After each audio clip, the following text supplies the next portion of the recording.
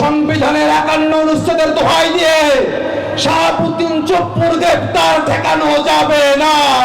এই বাংলাদেশে যারা স্বৈরাচার কায়েম করেছিল তাদের সবথেকে বড় দোষর ছিল এই শাহাবুদ্দিন চুপ্পু। রাষ্ট্রপতির দায় মুক্তির বিধান কোন চিরস্থায়ী বন্দোবস্ত না, সংবিধানের থেকে বড় জনগণ। সেই জনগণ যখন রায় দিয়েছে তখন সংবিধানের দোহাই দিয়ে গণভোটকে পিছিয়ে রাখার কোনো সুযোগ নাই। যদি সংবিধানের মধ্যে বিদ্যমান ব্যবস্থা নিয়ে সমাধান থাকতো তাহলে আমাদেরকে জনগণের কাছে যাইতে হইতো না। সংবিধানের মধ্যে সমাধান নাই, সেই কারণে আমাদেরকে জনগণের কাছে যেতে হয়েছে। সংবিধানের থেকে বড় জনগণ, সেই জনগণ যখন রায় দিয়েছে তখন সংবিধানের দোহাই দিয়ে গণভোটকে পিছিয়ে রাখার কোনো সুযোগ নাই। ভিটামিন ই ও সি সিরাম 8টি প্রাকৃতিক অয়েল সমৃদ্ধ লিলি সিরাম অয়েল, যা চুল পড়া কমায় মাত্র 30 দিনে।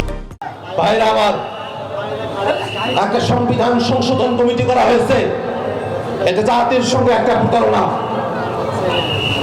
জাতি চেয়েছে বাংলাদেশে একটা নতুন ভিত্তিমূলের ভিত্তিতে, একটা নতুন কাঠামোতে নতুন ভাবে একটা সংবিধান প্রণয়ন করা হবে, কিন্তু সেটা না করে আবারও কাটা ছেঁড়ার দিকে নিয়ে যাওয়া হয়েছে। ওই কাটা ছেঁড়া এমন একটা পরিস্থিতি তৈরি করতে পারে বাংলাদেশে, আজকে সংবিধান সংশোধন হবে, কালকে কোর্টে রিট হবে, তারপরে দেখা যাবে সেই সংবিধানের সংশোধনীকে স্থগিত করে দেওয়া হয়েছে, সেই সংশোধনীকে বাতিল করে দেওয়া হয়েছে। মানুষের যত আকাঙ্ক্ষা আছে সমস্ত কিছুকে ধূলিসাৎ করে দেওয়া হতে পারে। এমন ধরনের নীল নকশার দিকে বাংলাদেশকে আমরা যেতে দিতে পারি না। শাহাবুদ্দিন চুপ্পু পদত্যাগ করার পরেও কি রাষ্ট্রপতি আছে নাকি? এখন তো ভারপ্রাপ্ত রাষ্ট্রপতি আছেন, আমাদের মাননীয় স্পিকার মহোদয় এখন রাষ্ট্রপতি আছেন।